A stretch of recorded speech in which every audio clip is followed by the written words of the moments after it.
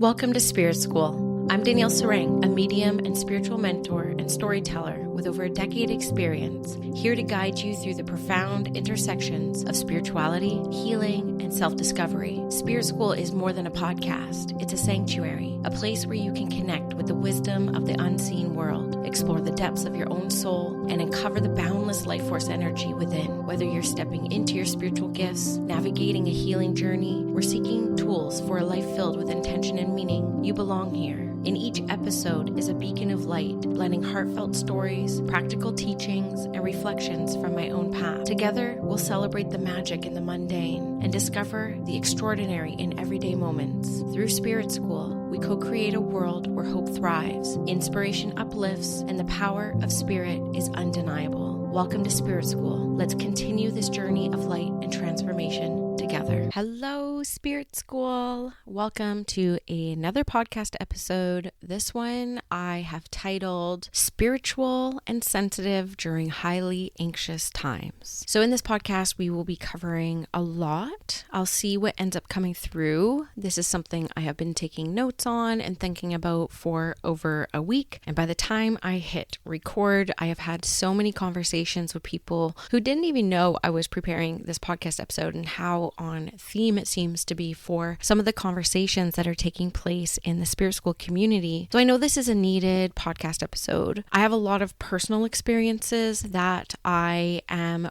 considering sharing through this episode, so we will see where it goes. So it may go to a few different places, but I promise you it all interconnects in some way. So if you are somebody who considers themselves to be spiritual and sensitive, and you too have been noticing the world get extra noisy, hopefully this podcast will act as a great resource for you moving forward. Before I go too deep into the topic, I wanted to have a slight digression because one of the things I get asked about more than anything else is about being a mom doing this work. How do you make it all work? How do you fit it all in? You know, not just the mediumship, but like the business. And I create a lot of content and I host a couple communities between the programs, the membership, the free community. Like, it's a lot. And from the outside looking in, it does look like I do a lot, and I agree, I absolutely do. My friend Maxine always reflects back to me. She was like, your output is like nothing I've ever seen. So I know that it looks like I do a lot, and I definitely do. But today was interesting because I have two calls planned. I have a podcast I wanted to record, which is this podcast, which I'm still managing to make work. I'm in my son's bunk bed right now because he woke up with a blazing fever. And so the plan was to drop the kids off at school, go to Spirit School HQ, record this podcast, make my two calls, touch base with my community, prep for a call tomorrow, which we're going to be having an incredible discussion on the Telepathy Tapes podcast, which is mind-blowing and validating and perspective shifting for so many. So I'm preparing for that. And so I have this big to-do list, but I also am a mom, and these things come up and plans have to shift and change. And so this morning I asked my mom to come upstairs. She lives downstairs in our house, to sit with my son so I could run to Spirit School and get my podcast mic and get my journal that have my notes for today's episode and rip back home. And I'm currently in his bunk bed right now, so I think the sound quality might even be better.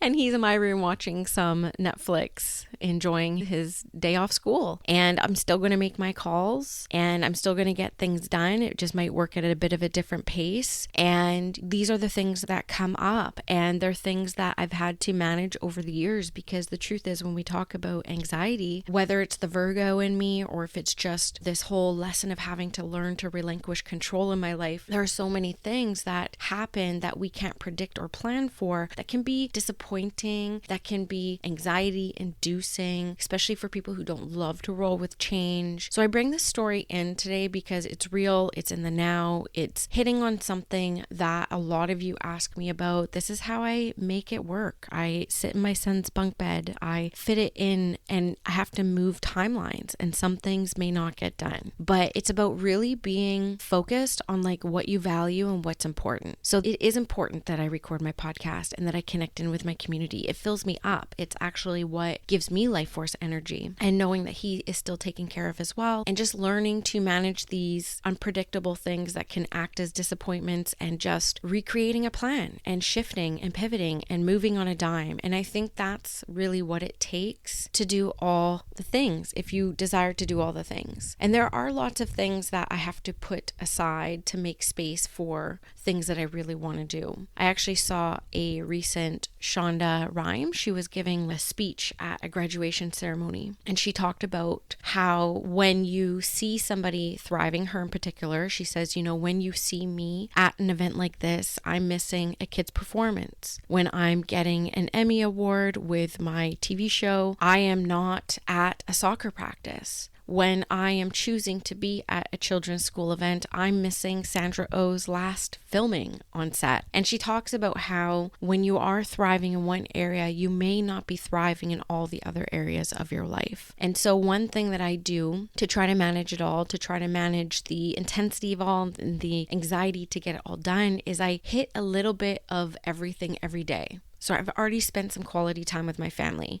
I made some friendship bracelets with my daughter before school. I made sure that my son is well taken care of before I start doing what I love to do, which is this, being here with you. So already I've kind of already hit a few different areas of life. I even fed myself. Which honestly is not the easiest thing for me to do. I usually do forget to eat and I don't take care of myself in these ways the best. But this morning I did. So it's just one of these days where I'm able to get a lot more done. And then there's going to be days where I get nothing done and I put everything to the side. And those days belong as well. So wanted to come in just for a minute to discuss what was real in my life right now. And I know that it's something people are curious about. And hopefully you don't mind the digression, because it is true. We're going to be talking about anxiety today. And this type of stuff used to give me the greatest anxiety. I was watching one of my friends online, Joelle, who's spiritual francophone dual linguistic medium in Canada, and she was so sweet because she's been doing a lot more readings, and I saw her Instagram stories today, and she said, I put up some more sessions during my kids' nap time, and I'm like, oh, I remember those days. And I messaged her, I was like, we just make it work, don't we? We just make it work because we love it. And I could cry thinking about it, because when you find something that fills your heart and fills your soul, you'll just make space for it, and it will become part of your self-care. It will become part of what makes you whole. And it's worth making space for all the things so that you can be whole. And yeah, flow with it. Okay, let's move on. The first thing I wanted to address was the state of the world, right? I am recording this on January 28th. This has to be the longest month of my life. And I know I'm not alone. I post spiritual memes every Monday as kind of a way to, bring humor, bring some of that dark humor, poke at the things that are happening in our society in a way that hits reality, but also brings in a bit of humor, because humor is healing, laughter is healing. And sometimes if you can't laugh, you'll cry, right? And so I post all these memes every Monday. They've been going viral a lot lately. And there was a lot of memes from this last week that were pretty much talking about that. Holy crap, I cannot believe there's another week left in January, because it has been so intense, so loud. There's a lot I want to say. I don't know how deep I want to go into, because I'm in a lot of different social media spaces. I'm on Reddit, I'm on TikTok, I'm on Instagram, I'm on Meta. I've been an early adapter to social media platforms for a long time. I'm on Fanfare, I'm on Blue Sky, I'm on, all the different things. I don't spend a lot of time on each one of those. I have one platform that I enjoy consuming content on, and I have one platform I like posting on, which is Instagram. That's the only place I really post anything, is Instagram and the Spirit School community, which is my own platform, which there's a clue there,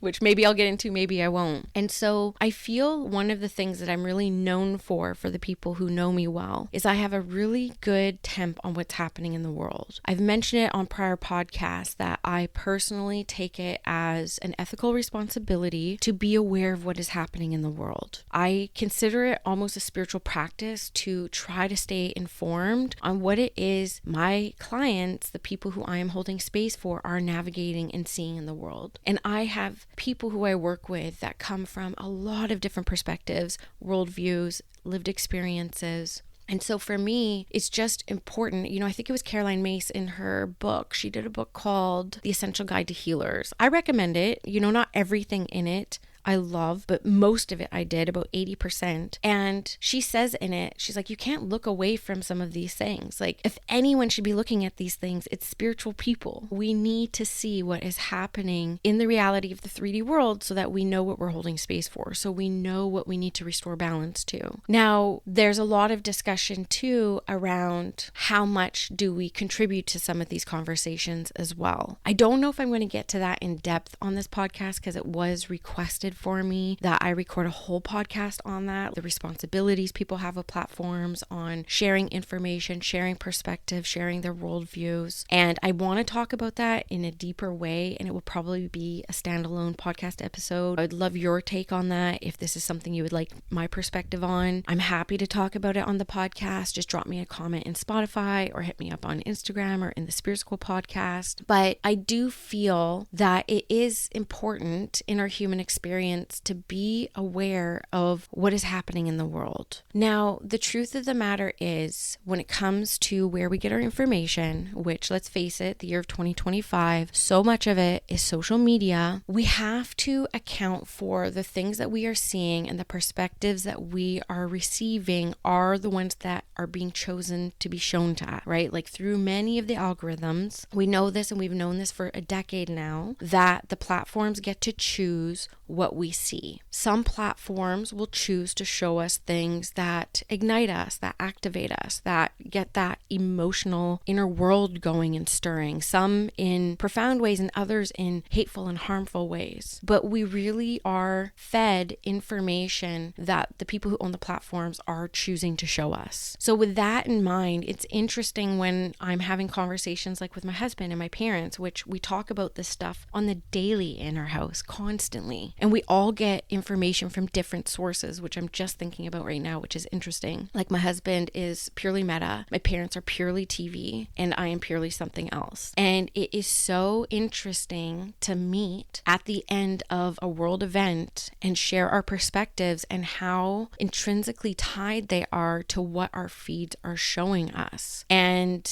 I will call out some things like my husband says that are showing up on his feed, and I'm like, you're a middle-aged man of like all the different privileges. You're seeing a very different feed than somebody who talks a lot about Indigenous causes and Indigenous perspectives, right? And I engage a lot with water protectors and land keepers and land back rights. So clearly the feed that will be shown to me is going to be vastly different than my husband, who looks up fishing, cars, golf, right? And then my parents, who watch more traditional news on the TV, which we won't go there. But I personally haven't watched TV in like 3 or 4 years, though I just started watching hockey again. So the state of the world is insane right now. And a lot of our feeds are showing us the lack of compassion, the cruelty, the inhumanity, the insanity, the discourse, the dissent. And it's so important to see. And it's so important to be aware of all of this. And some things that we see will spring us into immediate action. And we will want to be part of either exposing something or speaking on behalf of something. And the little activator and activist will awaken within us because it's hit on something that means something to us in such a deep way. And it can trigger our anxiety, right? And anxiety, fear, joy, they're all very intense emotions. And what I notice is, and I've noticed this for years, I've talked about it on the podcast for years. In fact, I ripped my entire brand off of Meta in 2021 because of this. But the intensity at which the world is competing for our dopamine, for our attention, for our emotions is harmful and noisy and activating and nervous system damaging. And so a couple years ago, I pulled everything Spirit School off of Meta and I put it onto Mighty. So I have my own platform. It is thriving. We have thousands of people there and it's all mine and it's quiet. It's like going from a loud cafeteria with 1,000 people to going into a sound booth at a recording studio, and it's just quiet. And yes, it might be a little boring because we're not fighting for your dopamine over there, but it's a way that I have been able to try to find my best way to restore balance in the world with all the noise. And that noise can be incredibly anxiety inducing. I mean, we actually have a terminology for it now that is like widely known, and it's called doom scrolling. And it's actually how most people unwind at night now. And this isn't going to resonate for everybody, but this is going to resonate with a lot of Spirit School podcast listeners. And so when you are scrolling the internet and when you are taking in what the algorithms are choosing to show you, and this is across every social media platform other than mine. We don't have any algorithms at Spirit School. You can choose your own things that you engage with, but we have to remember, like, what is this activating within me? And I'm glad that it's stirring something within me. This is important to me. And you have to be really mindful about, like, why is this being shown to me, right? And balance it in some way. So one thing that I've done, because I wanted this to be a really, really helpful podcast episode, and it goes into a little bit of a story around TikTok. So if you're tired of hearing it, I'm so sorry. Your eyes are already rolling. Just hear me out on this, because I was on TikTok the day that Americans got banned from TikTok, and I was on different people's lives. It was like a historical moment, and people were like dropping off their lives. It was the wildest experience. And all that was left was what we called Commonwealth TikTok, which was England and Canada and Australia and New Zealand and India. And we started seeing content from all around the world, and we started noticing, like, wow, it's really quiet. And what we started realizing too was a lot of the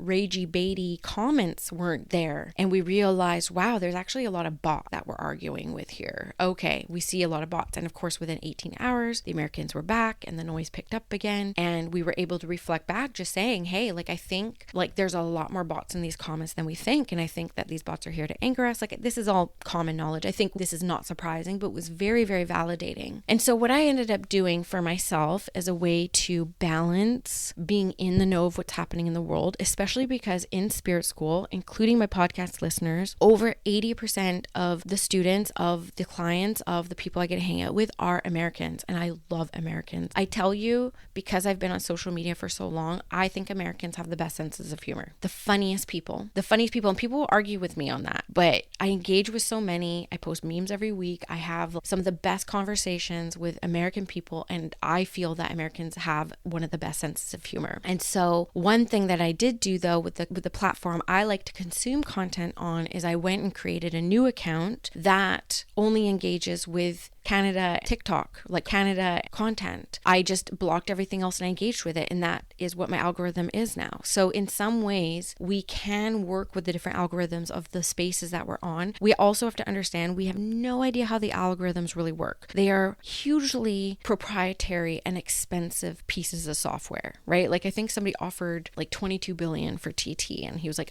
no.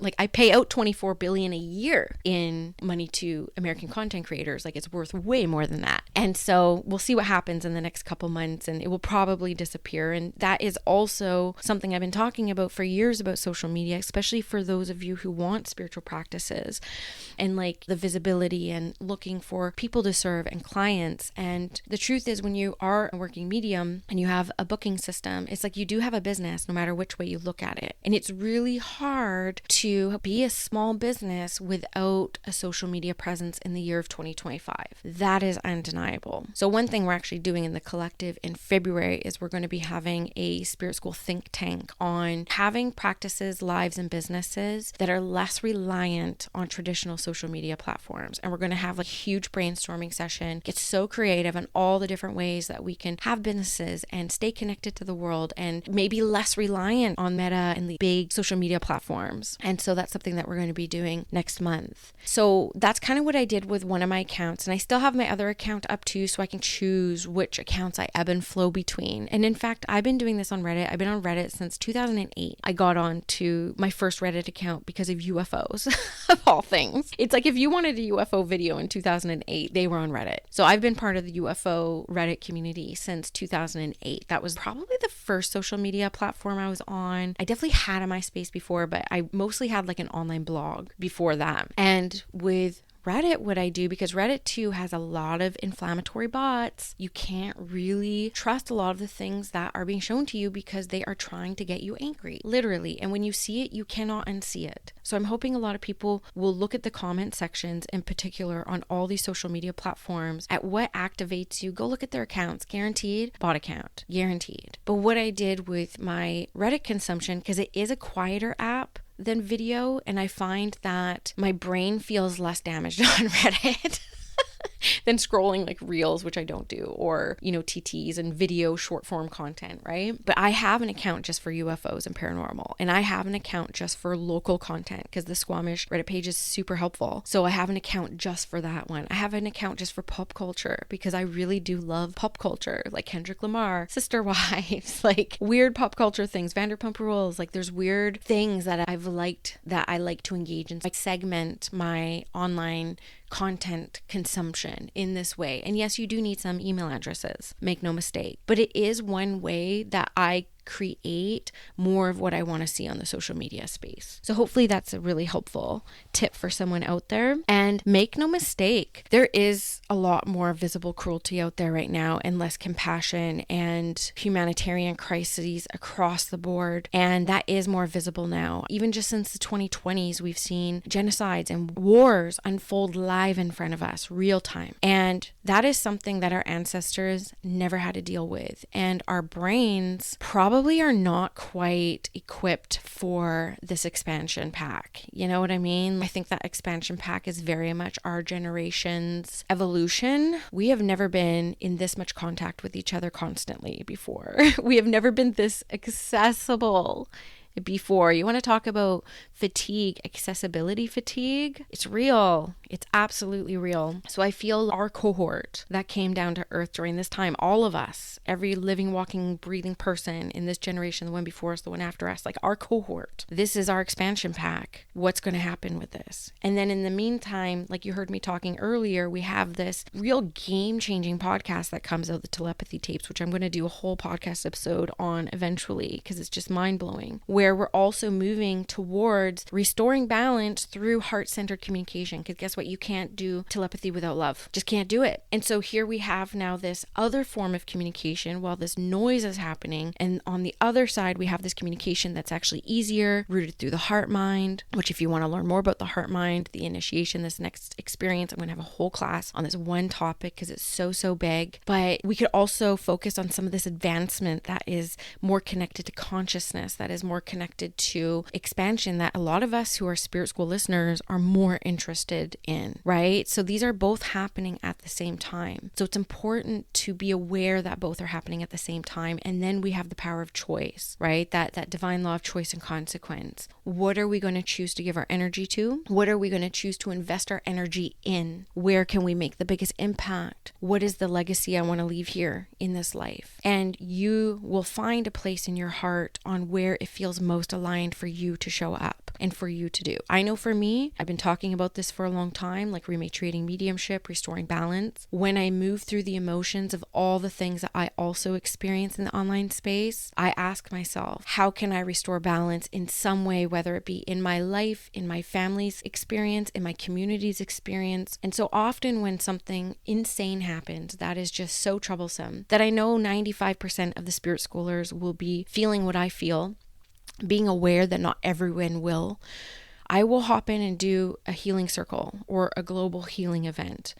And that's how I move in the world. I really take in, I digest and center myself, I reflect, I talk to other people, I get different perspectives, especially my family and my close friends. And then I think about how can I show up in the world? And my intention is always going to be around bringing wholeness and balance back to anyone's life who I have influence in. So that's usually how I move through my own social media space, which is the Spirit School community. I will show up there because that's where I'm trying to restore balance in the world, for a way that we can connect with one another in a meaningful way that doesn't prey on dopamine, that doesn't fight for your attention, but is a place that you can start to kind of recollect some of your wholeness online in community. Because the truth is, a lot of my processing, because I lead community, and there's not very many communities I'm in where a lot of people are holding space for me, though I will say the collective has proven to be an incredible space holder for me in so many ways. It's like I do a lot of my recentering back on my own processing. And I do a ton of this through the element of light, right? Light is an element I'm going to be talking in depth at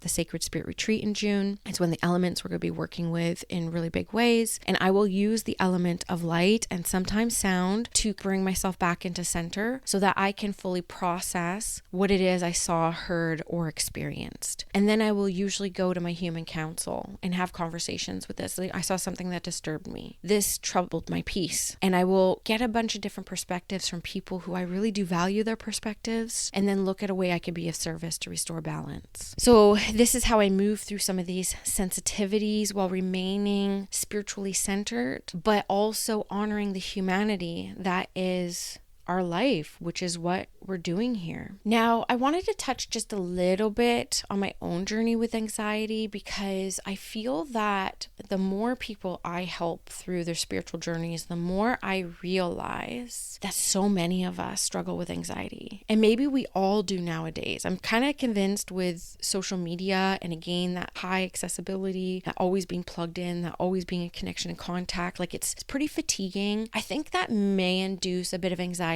in each and every one of us. So I don't know if I'm true. If you're somebody who has like no anxiety, please message me, because I would love to hear what that's like.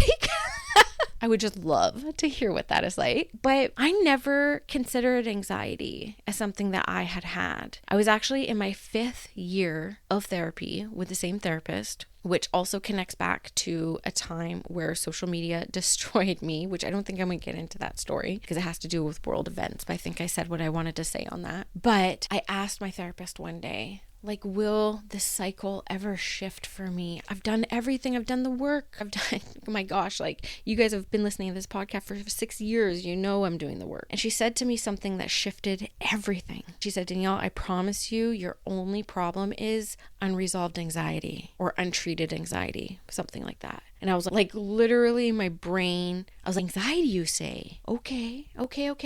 And as I tuned into that, the truth started to set in. I started to realize that she had been teaching me somatics and breath work for 5 years, because it wasn't until she brought that language. And again, I think it was Caroline Myss that says our only hindrance to healing is our vocabulary. I was like, oh, that's so powerful. So once she said those words to me, once that vocabulary entered my soul, I was like, shit, you're right. I have anxiety. And I realized that my body has been in a state of flight and freeze, functional freeze maybe, my whole life. And all of a sudden it was, what do they say in heaven? The life review. It was almost like this whole life review happened where I was brought to a time in the kitchen when I was 8 years old, and my dad comes up behind me. He puts his hand on my shoulders and he drops my shoulders. He's like, relax, honey. Why are you so stressed? Like, relax. And it took me to current times where just a couple weeks ago, my personal trainer was, drop your shoulder. You don't want your shoulders by your ears. And how I realized my whole life, I've had my shoulders up in a state of readiness to the point where I have constant neck and shoulder problems, constant. And that's been the state of my body from as far back as 8 years old. I go back to a time when I worked at the First Nations Health Authority, and they did these huge Big 5 assessments, and we had to do these kind of personality tests, and they were more about like our behaviors. And I scored the highest in the entire organization, over 1,000 people, the highest anxiety score, or worry score they called it. Highest worrier. You know, if I was traveling, I would have anxiety about the traveling for months. And I started to just see how I have had anxiety my entire life. And just because I didn't have the awareness of it and the language for it. Of course, I've heard the word anxiety, but not from the context of I or me. I am someone who has chosen to live this life with anxiety, clearly. And in some ways, I was able to see through this life review how beneficial the anxiety has been for me as well. Like, I'm a highly motivated individual and I get a lot done. And a lot of that is driven by anxiety. And that's the truth. Could I be that without anxiety? We don't know. Possibly.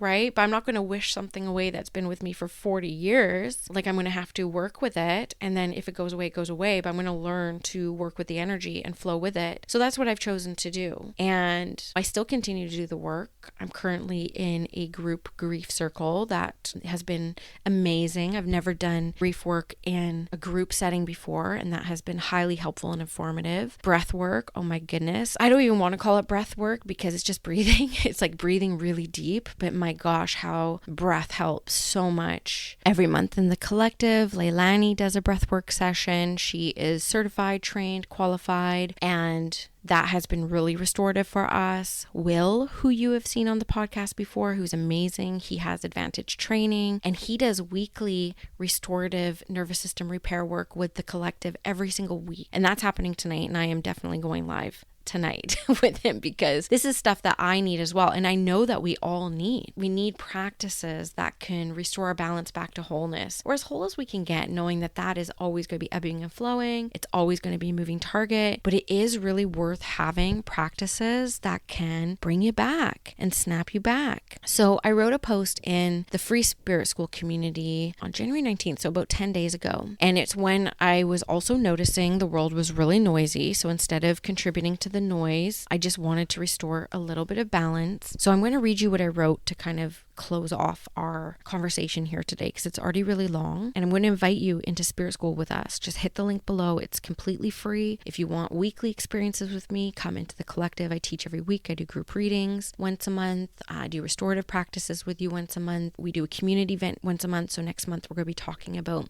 how to live a life successfully, less reliant on social media platforms. And I do a workshop that's more of like a training every month as well. And just little side quests, like our telepathy tapes is like a side quest adventure we're doing this month. But this is from the free space, and it says, finding balance when life feels overwhelming. Hey everyone, we've all been feeling it, haven't we? The pace has changed over the past few years, and it's been intense, and it can be so hard to feel grounded in the middle of it all. I wanted to pop in and share a few simple things that help me when I'm feeling overwhelmed or stuck in heavy emotions. Maybe they'll help you out too, or spark some ideas for your own practices. Number 1, validate, feel, and accept. First, I give myself permission to feel whatever is coming up without judgment. It's so easy to want to push those feelings away or force ourselves to be positive all the time. But I've learned that allowing my emotions to be heard is so important. I literally talk to myself saying things like, it's okay to feel this way, and this is hard, and that's valid. Once I've felt it, I can move on with a little bit more peace and accepting it, right? Like I accept I feel like this. Of course I feel like this. Anyone would feel like this in our situation. Number 2, breathe and gather my energy. This one is simple but powerful. I take 3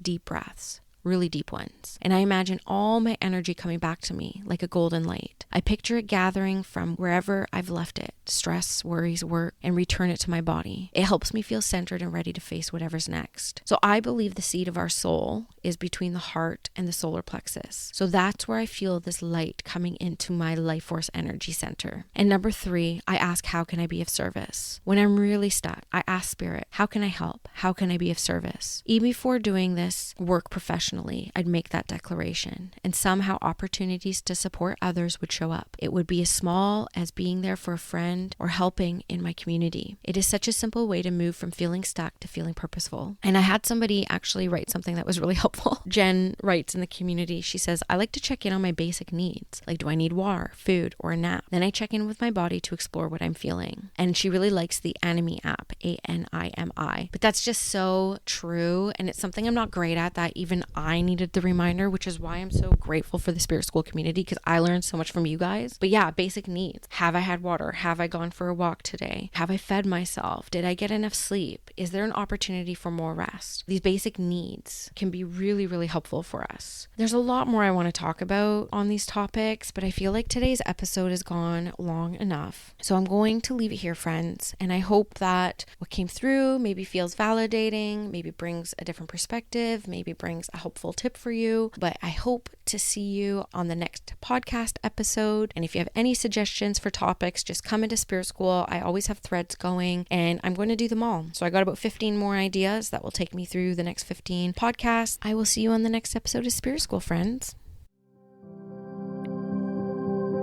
Thank you for joining me on Spirit School today, friends. I am so grateful for this time that we spent together exploring the power of spirit, the depths of healing, and the magic of self-discovery. My hope is that each episode leaves you feeling inspired, empowered, and connected to the boundless energy of your own soul. If you've enjoyed today's episode, I invite you to take the next step on your journey by joining me in the Spirit School community. Inside, you'll find a vibrant space filled with like-minded souls, access to exclusive teachings, live mentorship opportunities, and the support to deepen your trust in your spiritual gifts while embracing your humanity. Visit myspiritschool.com to learn more and become part of this growing family of seekers and light bringers. Let's continue to co-create a rich life with spirit, love, and purpose together. Until next time, keep shining your light and walking your soul's path. Take care, my friends, and be well.